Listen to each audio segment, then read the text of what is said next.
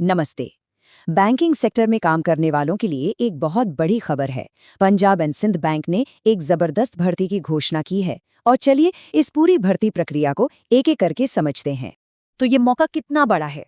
अरे बात हो रही है पूरे 1000 पदों की, वो भी जूनियर मैनेजमेंट ग्रेड स्केल 1 में ऑफिसर लेवल पर। आप सोचिए, ये बैंक के वर्कफोर्स में एक बहुत बड़ा एडिशन है जो देश भर के कई प्रोफेशनल्स के लिए करियर के नए दरवाजे खोल रहा है।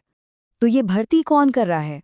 ये है पंजाब एंड सिंध बैंक, जो कि भारत सरकार का ही एक उपक्रम है। और हाँ, एक बहुत ज़रूरी बात, ये एक लैटरल रिक्रूटमेंट है। अब इसका मतलब क्या हुआ? इसका सीधा सा मतलब है कि बैंक फ्रेशर्स को नहीं, बल्कि देश भर के अनुभवी बैंकिंग प्रोफेशनल्स को ढूंढ रहा है। तो आगे हम क्या क्या कवर करने वाले हैं? सबसे पहले देखेंगे कि ये मौका कितना बड़ा है। फिर ये नौकरियां कहाँ-कहाँ हैं, इनके लिए कौन अप्लाई कर सकता है और सिलेक्शन प्रोसेस क्या है। और हाँ, सैलरी और दूसरे फायदों पर भी बात करेंगे और आखिर में जानेंगे कि अप्लाई कैसे करना है। तो चलिए शुरू करते हैं और सबसे पहले बड़ी तस्वीर देखते हैं। देखिए, ये सिर्फ एक और जॉब की अनाउंसमेंट नहीं है। ये देश भर के कई बैंकिंग प्रोफेशनल्स के लिए पब्लिक सेक्टर बैंकिंग में अपना करियर आगे बढ़ाने का एक सुनहरा मौका हो सकता है। ठीक है, तो अब आते हैं सबसे बड़े सवाल पर। आखिर ये 1000 नौकरियां हैं कहाँ? चलिए जरा गौर से देखते हैं कि पूरे भारत में इन वैकेंसीज को कैसे बांटा गया है। तो देखिए, फोकस एकदम साफ है। उत्तर प्रदेश 200 वैकेंसीज के साथ लिस्ट में सबसे ऊपर है।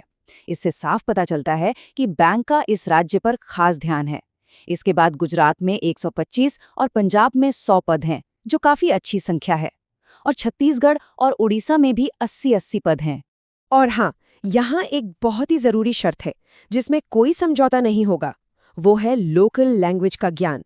मतलब आप जिस भी राज्य के लिए अप्लाई कर रहे हैं, आपको वहाँ की स्थानीय भाषा आनी ही चाहिए। ये समझ लीजिए कि ये एक डील ब्रेकर हो सकता है। ठीक है, तो अब ये तो पता चल गया कि नौकरियां कहाँ हैं। अब सवाल ये है कि इन नौकरियों के लिए कौन अप्लाई कर सकता है। चलिए अब उन जरूरी शर्तों पर नजर डालते हैं जो हर कैंडिडेट को पूरी करनी होंगी। सबसे पहले बात करते हैं उम्र की। आपकी उम्र 1 मार्च 2026 तक 20 से 30 साल के बीच होनी चाहिए। इसको और आसान करें तो अगर आपका जन्म 2 मार्च 1996 और 1 मार्च 2006 के बीच हुआ है तो आप बिल्कुल एलिजिबल हैं।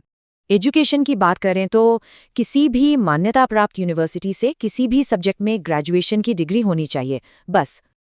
अब आते हैं सबसे ज़रूरी शर्त पर, एक्सपीरियंस। जैसा कि मैंने बताया था, ये एक लैटरल हायरिंग है, तो अनुभव बहुत ज़रूरी है।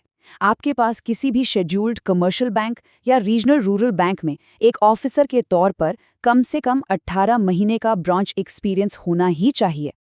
और एक और चीज़ जो कि फाइनेंस से जुड़ी है, जॉइनिंग के टाइम पर आपका सिबिल स्कोर कम से कम 650 होना चाहिए। अब ये क्यों? क्योंकि ये स्कोर आपकी क्रेडिट हिस्ट्री और फाइनेंशियल डिसिप्लिन को दिखाता है, जो बैंक के लिए जाहिर है बहुत मायने रखता है। तो मान लेते हैं कि आप सारी शर्तें पूरी करते हैं।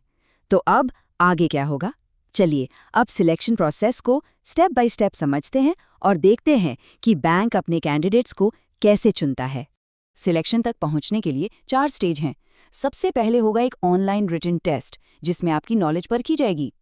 इसके बाद होगी स्क्रीनिंग। जो लोग इसमें शॉर्टलिस्ट होंगे उन्हें पर्सनल इंटरव्यू के लिए बुलाया जाएगा।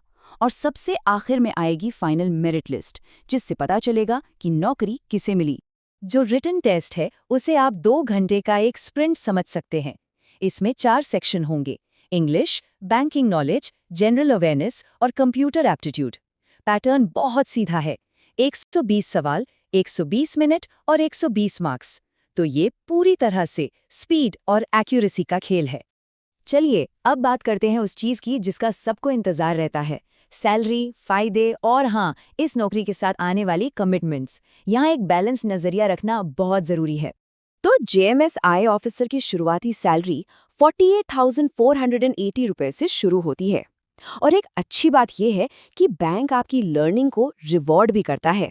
मतलब अगर आपने जेएआईआईबी या सीएआईआईबी जैसे प्रोफेशनल बैंकिंग सर्टिफिकेशंस किए हैं तो आपको एक्स्ट्रा इंक्रीमेंट भी मिलेगा। तो देखिए, ये ऑफर एक तरह का बैलेंस है। एक तरफ आपको अच्छी सैलरी मिलती है, साथ में डीए और एचआरए जैसे भत्ते और दूसरे फायदे भी, लेकिन दूसरी तरफ कुछ लंबी कमिटमेंट्स भी हैं, जैसे कि 3 साल का सर्विस बॉन्ड साइन करना होगा, नौकरी के पहले 12 सालों तक आपका इंटरस्टेट ट्रांसफर नहीं हो सकता और आपको कंट्रोलिंग ऑफिसेज में भी पोस्ट नहीं किया जाएगा। तो अगर आपको लगता है कि ये मौका आपके लिए एकदम सही है और आप इन कमिटमेंट्स के लिए भी तैयार हैं, तो चलिए अब सबसे ज़रूरी बात पर आते हैं, अप्लाई कैसे और कब करना है। ये डेट्स अपने कैलेंडर में अभी मार्क कर लीजिए। ऑनलाइन एप्लीकेशन 31 मार्च 2026 को शुरू होगी और 20 अप्रैल 2026 को बंद हो जाएगी।